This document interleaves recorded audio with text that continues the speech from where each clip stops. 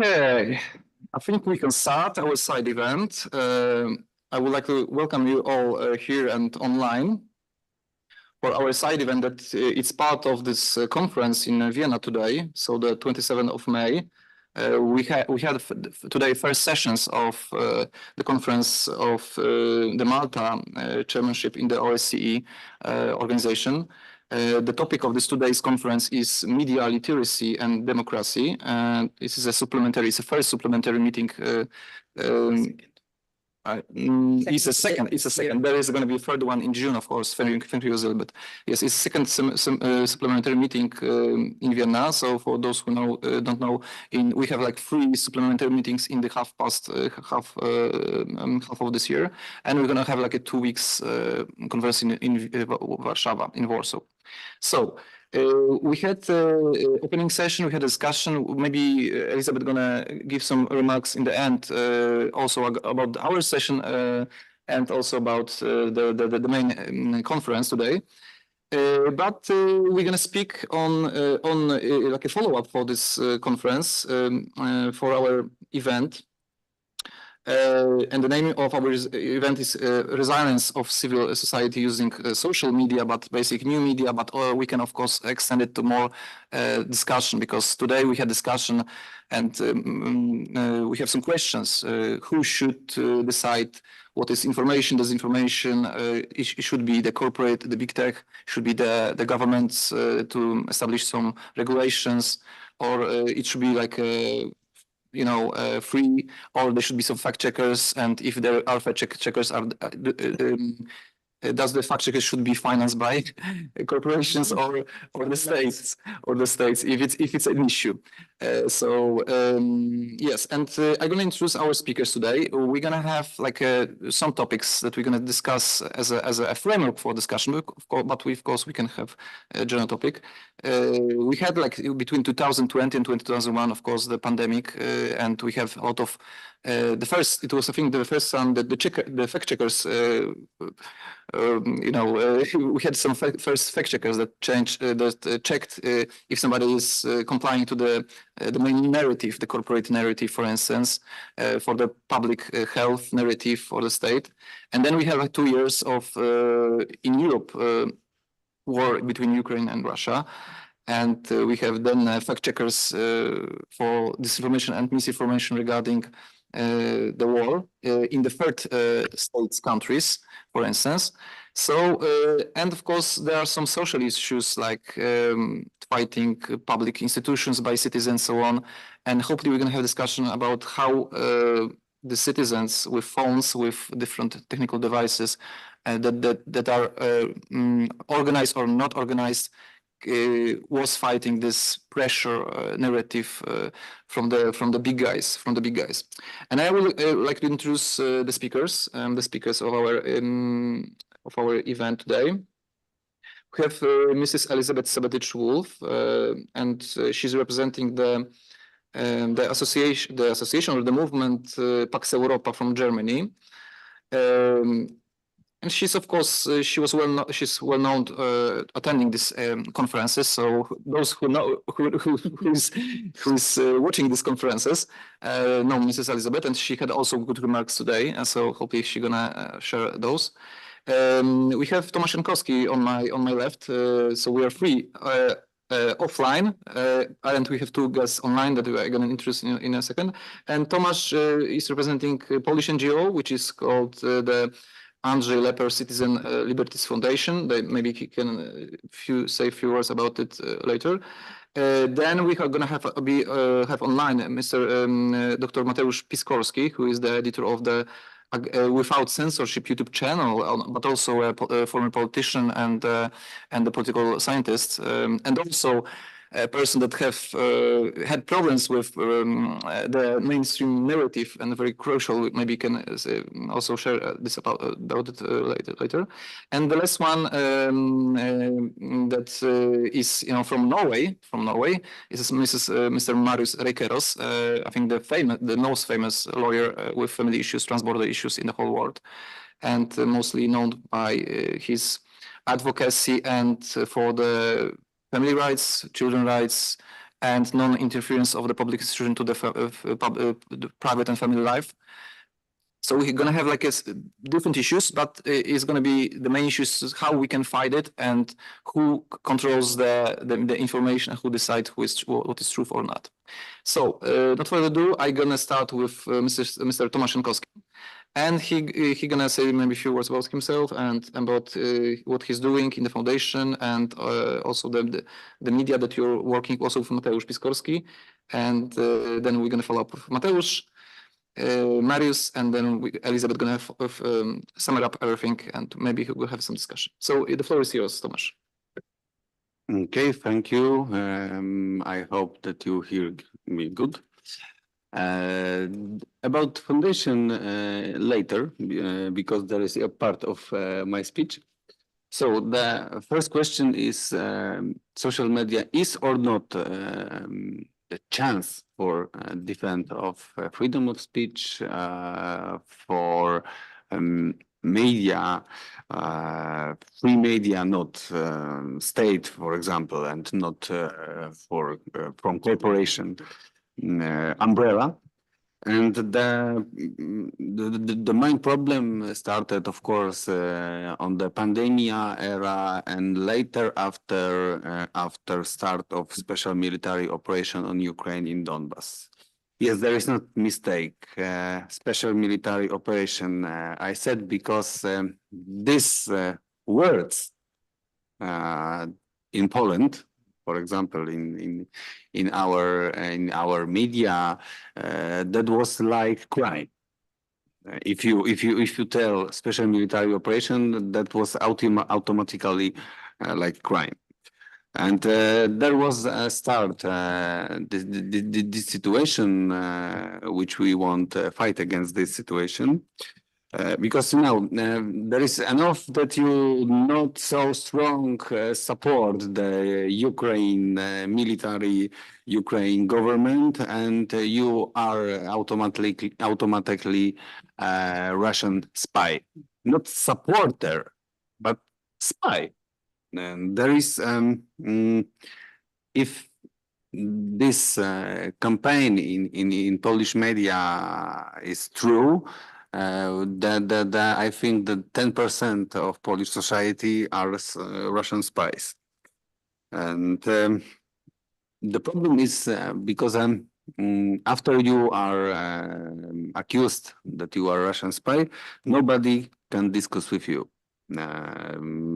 Nobody can won't discuss with your views, but only see this Russian spies, and it's no discuss, and of course there is these people are cancelled from debate. If we want watch for Polish political debate on these highly levels, we can see that the civic platform accused the Law and Justice that they are Russian spies, and of course Law and Justice accused the civic platform that they are Russian spies. So the effect is, and of course earlier also the Russian spies was in Poland, for example, from the Democratic Left Alliance. So the effect is that the Russians push Poland to the NATO, Russians push Poland to the European Union, and of course Russians invade the American soldiers to Poland. So there is effect. If it's true, there is effect. Of course, the social media, new media are chance, but unfortunately, after start a new phase of war in Ukraine, for example, the ABW, Interior Security Agency, start to block any media, independent media. Blocked not Russian, Polish media, for example, Myśl Polska, the newspaper, which have about 80 years history. And of course, there was against Polish law. And in the next months, in the next years, the majority of these portals win against the ABW in next cards. But the blockades is still now not in all providers, but the part of providers still blocked the Polish sites, for example. So, of course, in last year, I think that the European public opinion don't know about that. We have a new law against spying in Poland. And there is crime is not only spying, but also disinformation. And there is a reason why that was very hard to me when on our main event today, when we discussed about fighting against disinformation, because I see and we can see how this fight is in Poland and how effects of this fight. So there is against Polish constitution, and I think not only Polish constitution. I think there is against constitutions of all civilizations states. There is a quote in our constitution. Everyone, there's a 56 article, everyone is guaranteed the freedom to express their views and obtain and disseminate information. Everyone. What it mean in lawyer language? Everyone is including foreign agents.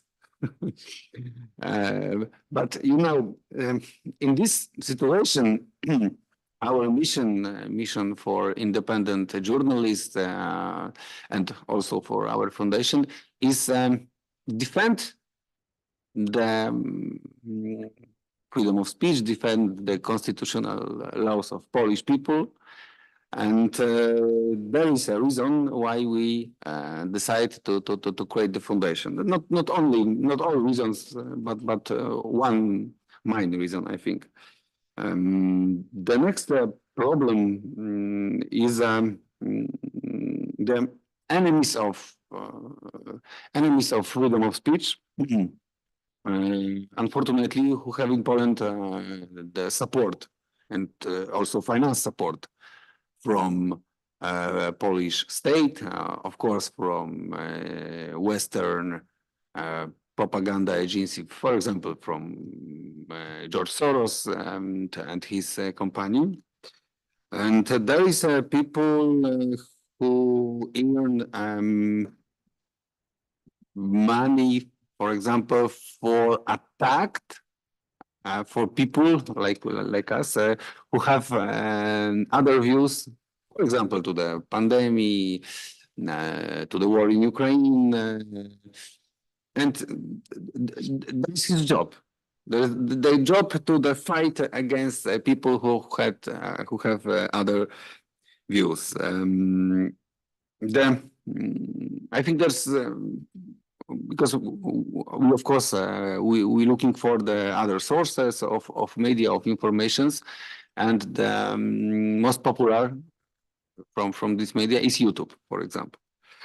But the problem is with YouTube is, for example, for me, are the rules of publications, which are it's dependent of will of owner of YouTube, but there is no other ways, and there is a problem with freedom of speech and using social media. The Our foundation, Civil Liberty Foundation, is created, of course, because we need the defense. We need possibility to defend our good names. We want fight against enemies of freedom of speech. For his defamation, us and other independent journalists. And of course, we want to support the people who are victims of this policy. You know, there is a tradition of OSCE that we are looking for solutions. And I think that our solution, the first step to defend freedom of speech is, for example, bill or statement of our organization to be against any laws against which are against information policy and etc.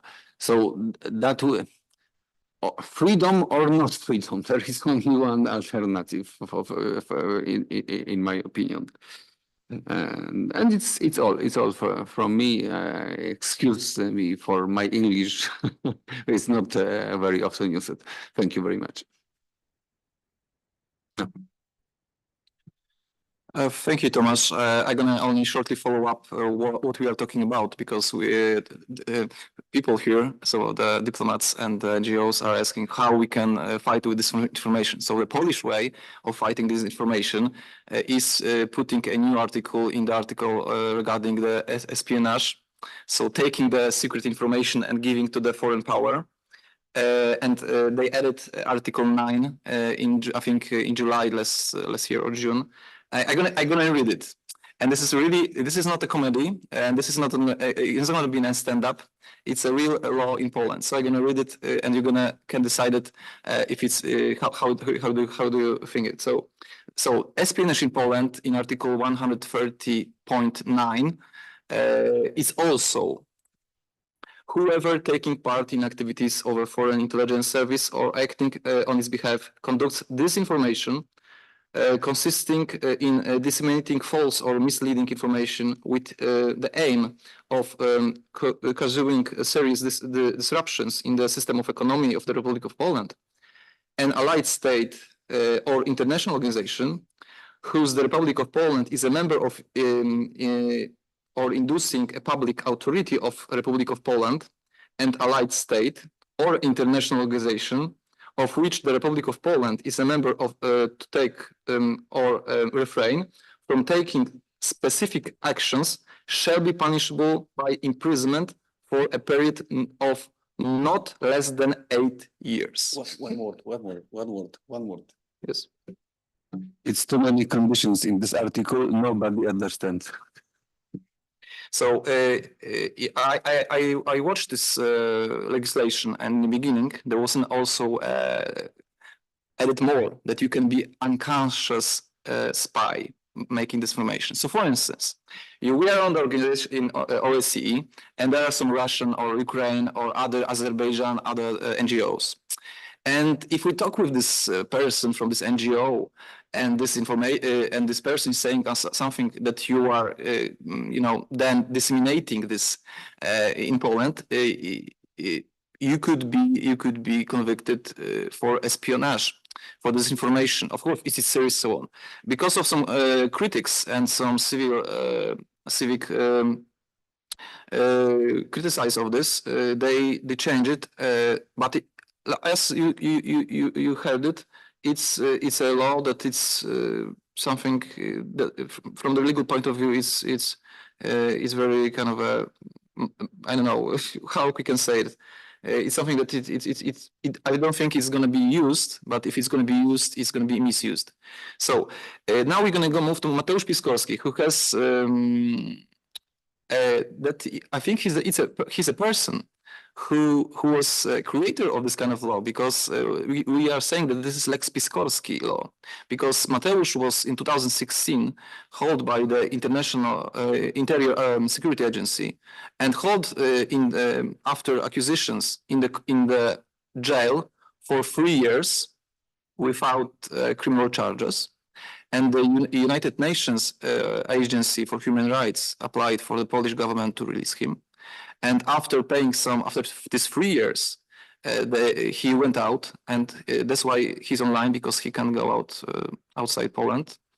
So this law was and he's accused of espionage, using his as a political scientist to mislead public opinion in the interest of Russia and the Republic of China.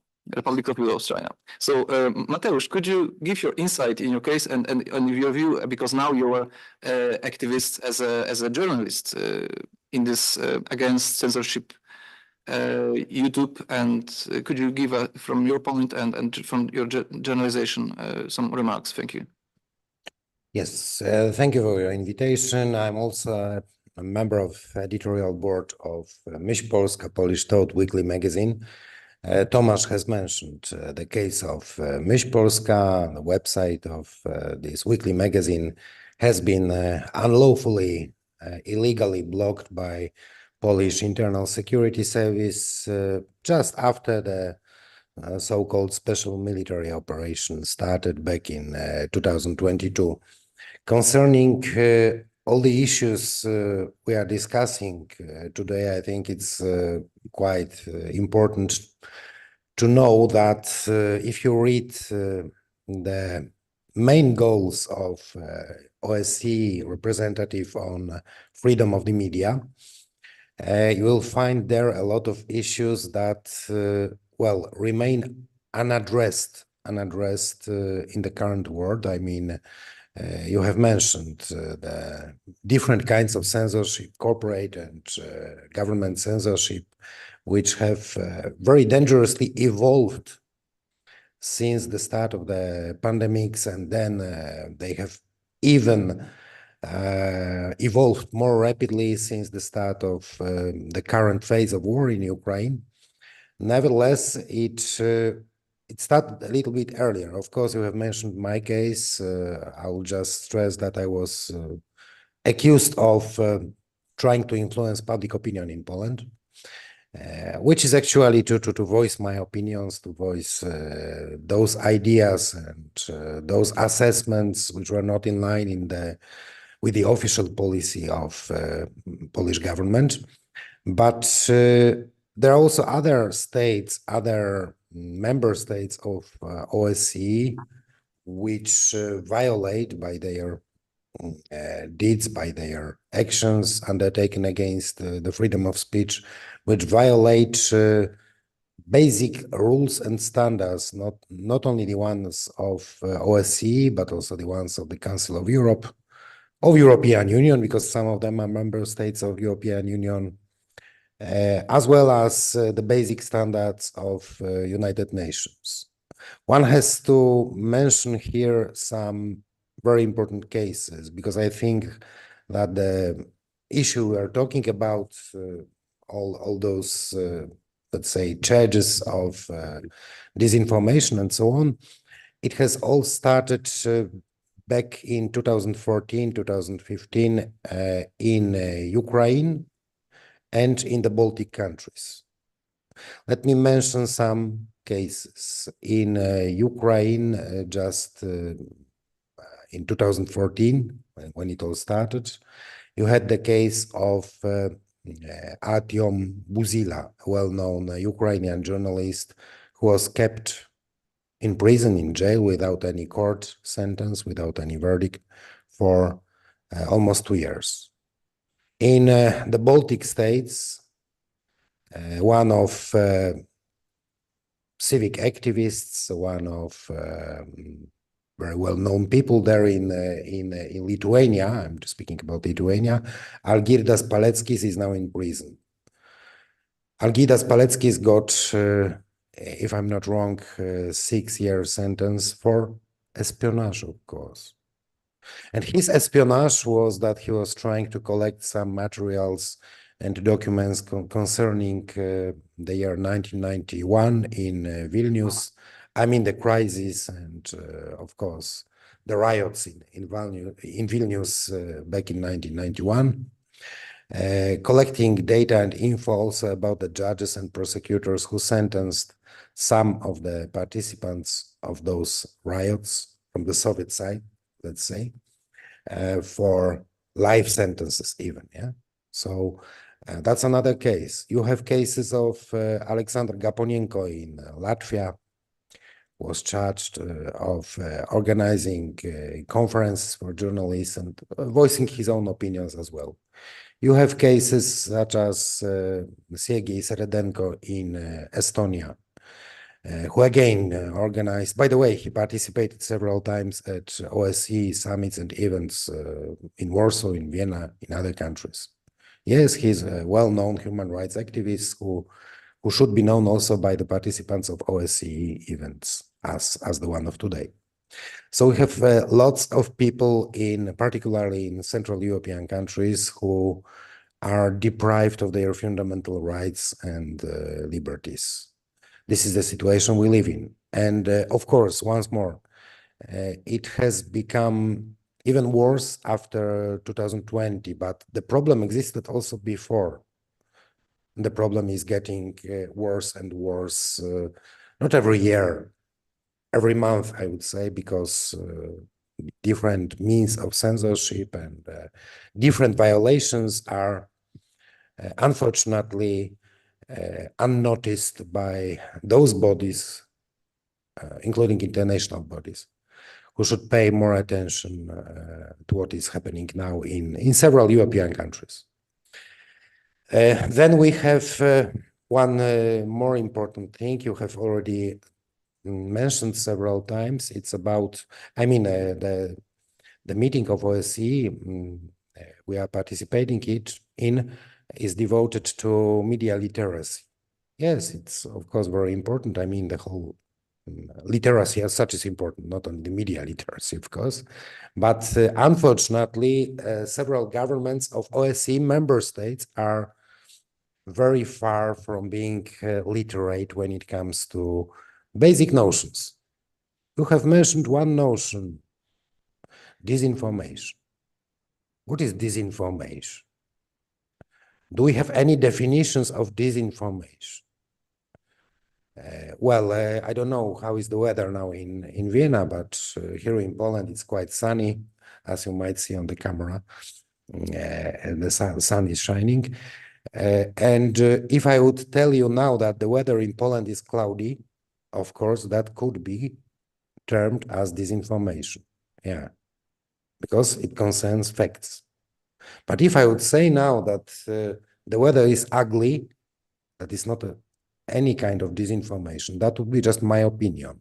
Perhaps I prefer cloudy weather, and it's my private opinion. I have a right to voice.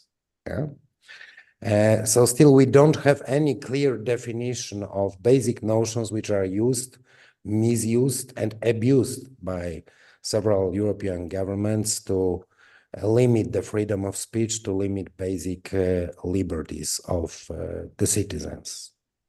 What can we do about that? Because, well, in the event, in our event, you are asking also a kind of question how we can fight governmental or corporate propaganda.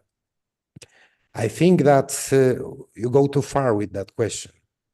First and foremost, we should ask ourselves not how to fight the propaganda of governments, of corporations, and so on, but how to keep basic liberties, how to defend ourselves as independent media from the governmental pressure, from repressions, and so on and so on.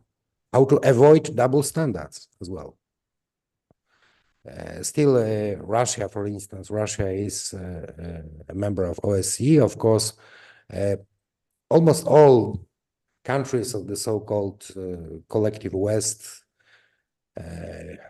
had voiced their condemn for, let's say, murders and killings of Russian journalists there. And I agree that it was a problem, for instance, with some well-known journalists like Anna Politkovskaya and so on. But why do they not mention the fate of Daria Dugina, a well-known journalist and correspondent, a Russian one, killed, and that was actually confirmed by some representatives of Ukrainian special forces, secret forces, killed in a terrorist attack which was orchestrated by Kiev, by the authorities in Kiev. And I just want to remind you that Ukraine is a member state of OSCE as well. Why don't they mention in the so-called West, why don't they mention the fate of Vladan Tatarsky, a blogger, a war correspondent, who was killed in a terrorist attack in St. Petersburg quite recently by Ukrainian secret police, by Ukrainian special forces operating or ordering at least a terrorist attack in the city center of St. Petersburg. Yeah. So the problem here is that unfortunately we are going deeper and deeper into double standards. Okay? We are forgetting about basic laws, basic liberties guaranteed on the international level, but also guaranteed theoretically on the national level in the constitutions of our countries. We just tend to use the very important notion of liberty of the media, freedom of speech, to criticize our opponents, I mean, geopolitical opponents. The states use that to criticize their geopolitical opponents and ignore it when it comes to those facts and those issues which are more or less, let's say, not in line with their geopolitical agenda or foreign policy agenda. That's why I really hope that the conclusions and the participation, yes, the participation of Pantarey Foundation, of Citizen Liberties Foundation here, of other NGOs, who are just voicing their concern about what is happening now in this field, will be able to somehow affect the ambassadors, the diplomatic representatives of OSCE member states, and perhaps also the OSCE representative on freedom of the media will notice in the future that, well, it's not only authoritarian, the so-called authoritarian regimes who have real problems with the freedom of speech and freedom of media, but also the so-called democratic countries like my country, Poland, like the countries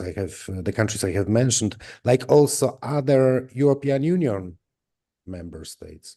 They also do have such problem. The problem is growing. The problem is threatening the basic principles and values of OSCE. That's why I really hope and deeply hope that OSCE and its institutions will react not in a selective way to all those issues and all those cases we discuss and mention here, but will do that without using the double standards. Thank you very much for giving me the floor. Thank you very much, Mateusz, for your insight based on your own experience, but also you gave like a political scientist's view of the problem.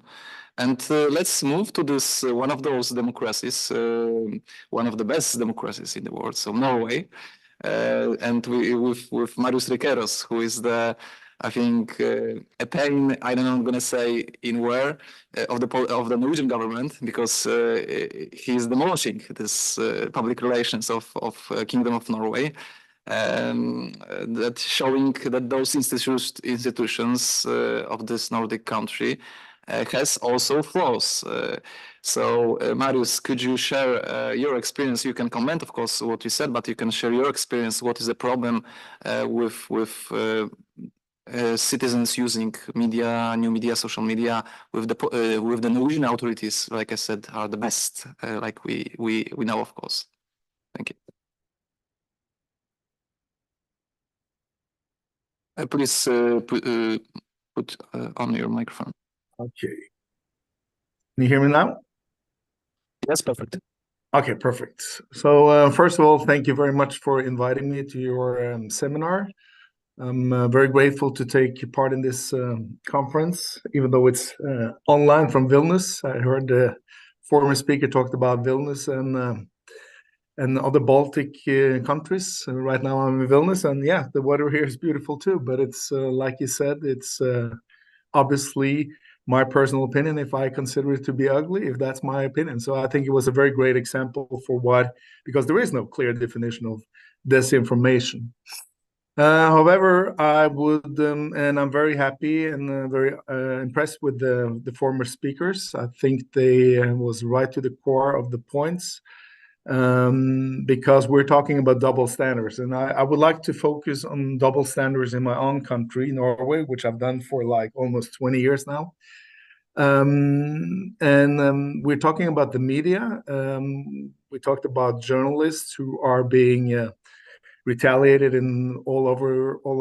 In Norway, it's a little bit different, I think. I think that the media, unfortunately, is paid by the government to be the voice of the government. So, as you say, I'm not very much impressed with the media in Norway. The last 6 years, we've had 37 vile convictions in the European Court of Human Rights in child welfare area. Hardly anyone in Norway knows about this because the media is not representing it to the people. So we have definitely double standards in Norway too. And the previous speakers were talking about retaliations in form of how dangerous it is to be a journalist in different countries around the world. Definitely it is so. But I will focus on the fact that it's also very dangerous to be a human rights defender in Norway. And I will bring forward two examples, one very young woman, 21 years of age, and one older man, 71 years of age. It's exactly 50 years in difference between these two human rights defenders. And both of them these days are facing severe prison terms for their fight against for the fight for democracy and against human rights violations. And I will start with this 21 years, since we are talking about the social media here. We'll talk about this 21-year-old woman who had great experience with the child welfare system in Norway herself, since she was taken by this system, separated from her family and put into foster home, which was clearly a fault by the government. But instead of making a repair and for the damages done to this family, they started to harass the family even more. And that brought this young woman at the age of 14, 15 to the social media platforms, especially using Facebook. And she started to expose what she claimed to be violations to her and her family, and also to other families. And simultaneously with this, we had all the convictions from the European court stating that this young woman was actually right when she was claiming these violations. So you should think that we should protect and salute human rights defenders like young people, especially young people like her, because it's extremely important for the younger generation to be encouraged and to be promoted when it comes to like fighting for human rights. However, what we have seen in harassment to this young woman is really horrible. She has to now once again go to the court on 11th of June, probably the fifth time in like 3 or 4 years, another criminal charges brought against her. And this time they will put her in prison for defamation public opinions on social media, especially because she is like focusing on the authorities and the people in power. So in Norway, the double standards are very, very interesting, because in Norway, we accept that the elite or the people in charge, they can basically get away with anything of violations or criminal offenses. Whereas when we see this young woman, age 21 now, we see that they take all means necessary to persecute and to harass, not only her, but also her family. And on 11th of June, I'm pretty sure that she has to face prison terms.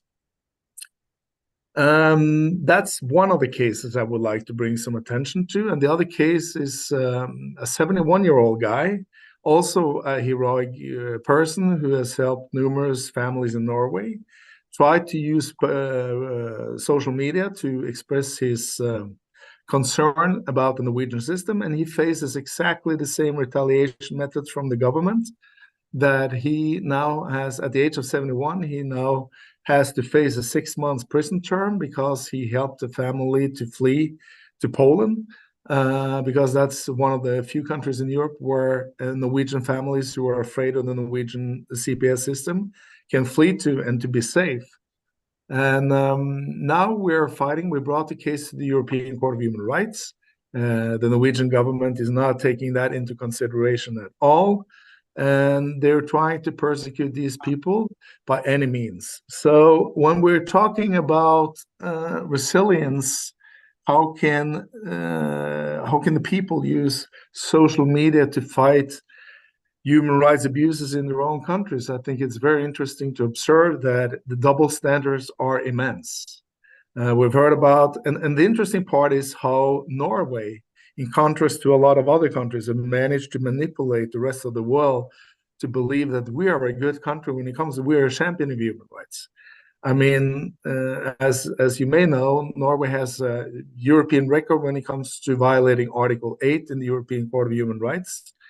38 convictions only since September 2018, tells its own language.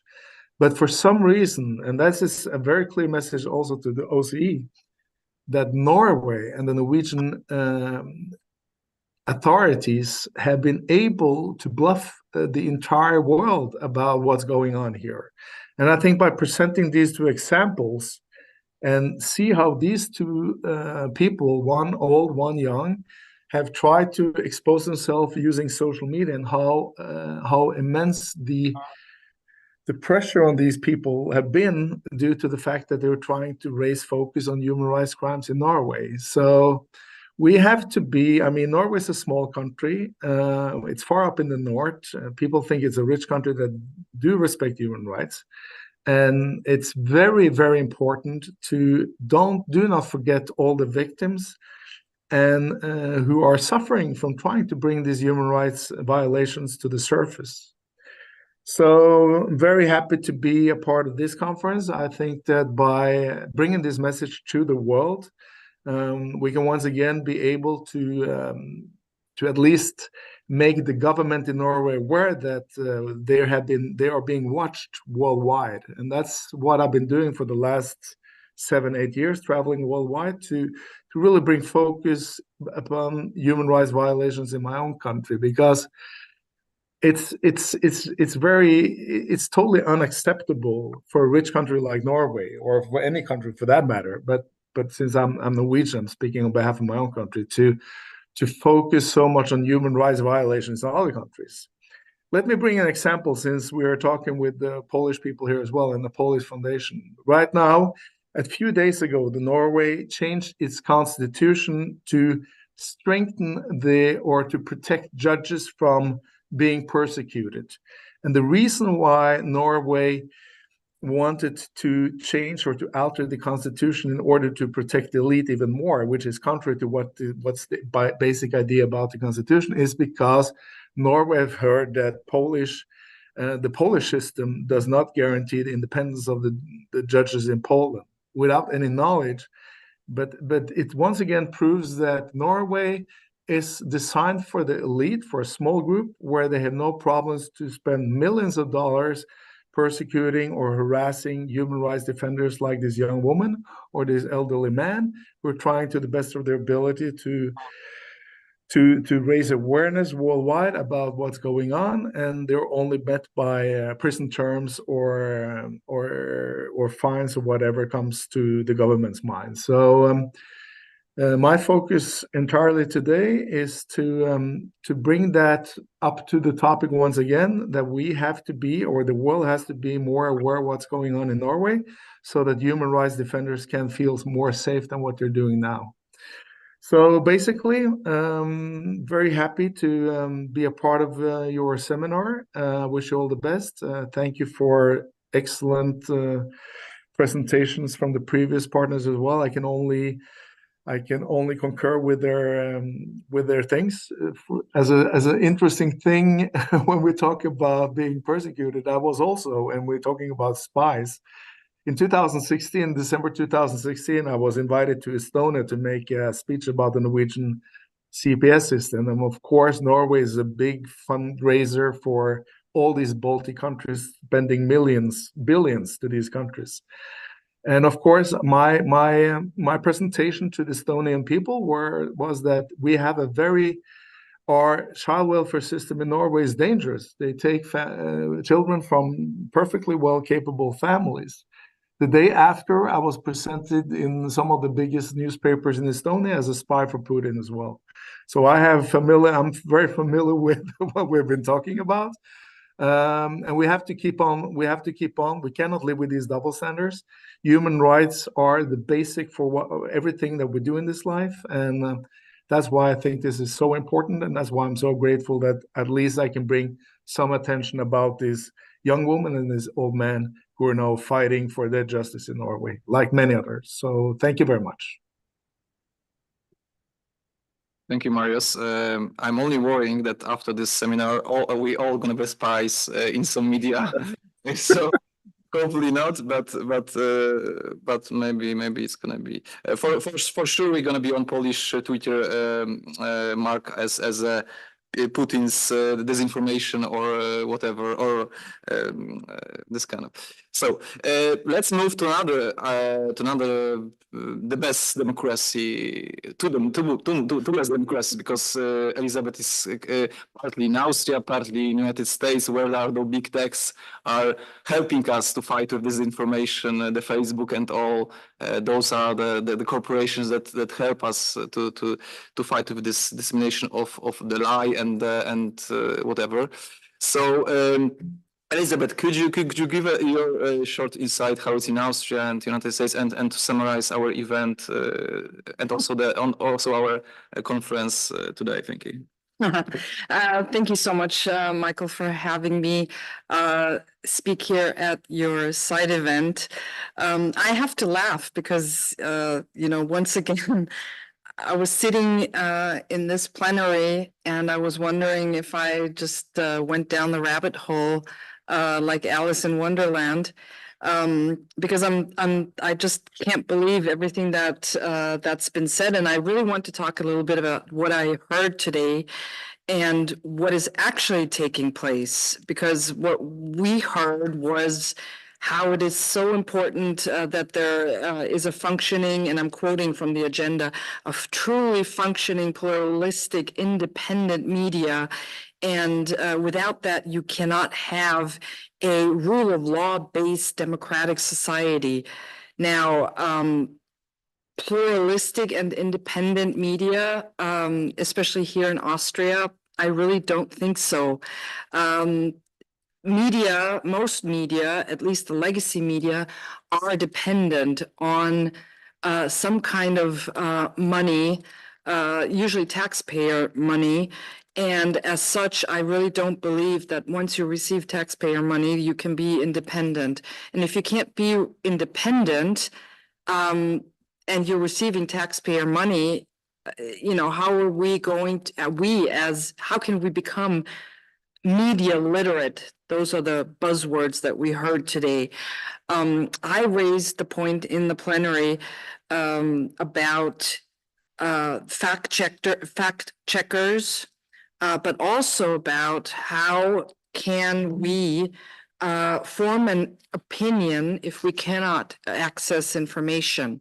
And when I talk about accessing information, I'm talking about information from both sides of a conflict, for instance. And of course, if we're talking about conflict, we're talking about the current conflict between Ukraine and Russia, with Russia's aggression against Ukraine. However, if I want to form an opinion, I need to have be able to access media from both sides. And that means if I wanted to, I should also be able to, as someone living in the European Union, to listen to and to watch Russia Today. But the very European Union that is preaching to us that every European Union citizen has the right to freedom of speech and to receive information is actually banning an alternate view, which is Russia Today. So how am I going to find out what is the truth, or how can I form an opinion? I'm only able to access information that is provided, quote unquote, by what is permitted by the European Union. And for people who know me, I am never happy about somebody telling me what to read and not to read. I can't even use the words here, but I'm 50 plus years old, and I think I know exactly where I can find my information and what I can consume, whatever it is. I'm not a child. I don't want to be living in a country or a European Union that is paternalistic. And that makes me very angry, especially when I read in the annotated agenda and when I have to listen to the OSCE in general telling me that, in order to have La La Land and everything is wonderful, we need to have pluralistic and independent media. Where is that? And where can I find media that tells me both sides, presents to me both sides of the conflict? Because the conflict between Ukraine and Russia didn't just start in February of 2022. There's a long history, and I really would like to hear both sides here. I also asked who decides what is actually good information and bad information. And if we address that, what is good for whom? What is bad for whom? Of course, if you look at both sides of the conflict, again, Russia versus Ukraine, or Ukraine versus Russia, if you're in Russia and if you're, let's say, the pro-Russian aggression against Ukraine, you're going to see good information. But on the other hand, what is good information for Russia is bad information for Ukraine and its allies. And that's totally understandable because it's, it's both sides of the same coin. Who gets to decide? We also see a lot of the word challenges in the annotated agenda. Whenever I hear the word or read the word challenges, I keep thinking, well, maybe the challenges, it's just another word for a contradictory view. Maybe something that the powers that be don't really want to hear. Could it be that facts that are disliked are sometimes or pretty much always labeled as disinformation? If you don't like what I say, you'll probably go out and say, oh, Ms. Sabaditsch-Wolff spoke a lot about disinformation, and she also provided disinformation simply because maybe you don't like what I say. But if you look at the facts, 2 + 2 will always equal 4, no matter whether I say it or Michael Specjalski sitting next to me says it. 2 + 2 always equals 4. What else did I say? Yes, corrective. One of the keynote speakers of today's first session was a young lady from the fact checker platform, Korrektiv from Germany, which broke the story of how there was a conspiracy meeting in the German city of Potsdam, and that the people there were planning to deport millions of people from Germany and in effect all of Europe. And Korrektiv, of course, and I added that in my intervention, is a perfect example of a government outsourcing censorship efforts to evade finger pointing and accusations of the very censorship. We have seen that very, very successfully done in the United States during the COVID crisis, where the US government colluded with social media to ban information about COVID that was not to the government's liking, not to Dr. Fauci's liking. And how do we know that this happened? Well, there's actually a lawsuit that is currently being tried in the United States. And it's now basically a legal fact that the United States colluded with, the United States government colluded with social media platforms to ban medical information and other information having to do with COVID. The virus itself, the vaccine, the so-called vaccine. 1 minute? Okay. And so we really have to look at all these measures of outsourcing censorship. Korrektiv is, why do I say that Korrektiv is a perfect example for government outsourcing censorship efforts? Because Korrektiv itself, during the presentation today, said that they receive money from a ministry in Germany. Education. Ministry of Education, thank you very much. And that makes them a outpost of German censorship, even though it's not Germany itself. So very interesting what happened today. Let me also add one final point here. It is not the job of so-called fact checkers like Korrektiv to decide whether the opinions and assessments of other journalists are correct. The word fact checker has also become a buzzword here. My facts, your facts, our facts, my truth, your truth. The truth is that 2 + 2 = 4, and that's what we need to agree upon. You can have your own opinion. If I don't like it, that's just bad luck. And if you don't like my opinion, please don't hate me for it. Just counter with your own facts and let's talk about it. Don't call me names, but let's talk about what I said that may not be correct. So all in all, finally, a very interesting first day here at the OSCE. Of course, we need to counter even more the current narrative that is playing out at the OSCE. But it's always good to be here and to be able to discuss important matters in a civilized manner. So thank you very much for having me. And freedom of speech must prevail. Thank you.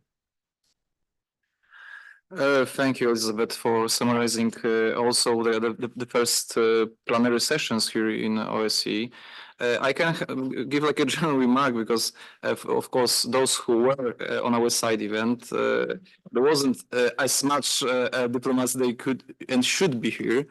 Maybe it's one of the cases that the speaker of this event misled others that we are in the other room. So that was disinformation. We spoke 1 hour, and in the end, she said that we are in another room. So this is maybe the reason that not so much. But so thank you for those who are here and who was here. But and also when Elisabeth was making these remarks that they were not in the scenario of this event, there wasn't any answer for those. So we can see that those people are saying about disinformation, misinformation, about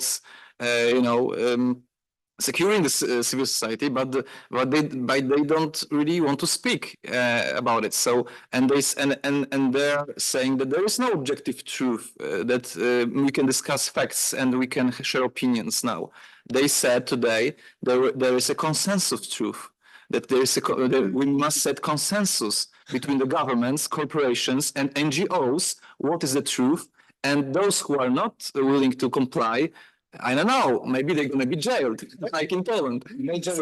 So I don't think it's leading to some more democracy, but more autocracy and more totalitarianism in the heart of democracy in the OSCE, as we can see. So once more, thank you all that people that are gonna watch this video. Please share it, please like it on your platforms. I think we're gonna share it to our vloggers. That we're gonna show that there is still some people defending the objective truth and the right to seek information, critical information, and to have their own opinion, even of some critical issues like public health, armed conflicts, and other things. So once more, thank you. Elisabeth Sabaditsch-Wolff, Tomasz Jankowski here in Vienna, and of course our speakers online. So Dr. Mateusz Piskorski in Poland, and Mariusz Reikeros in Norway. Thank you very much.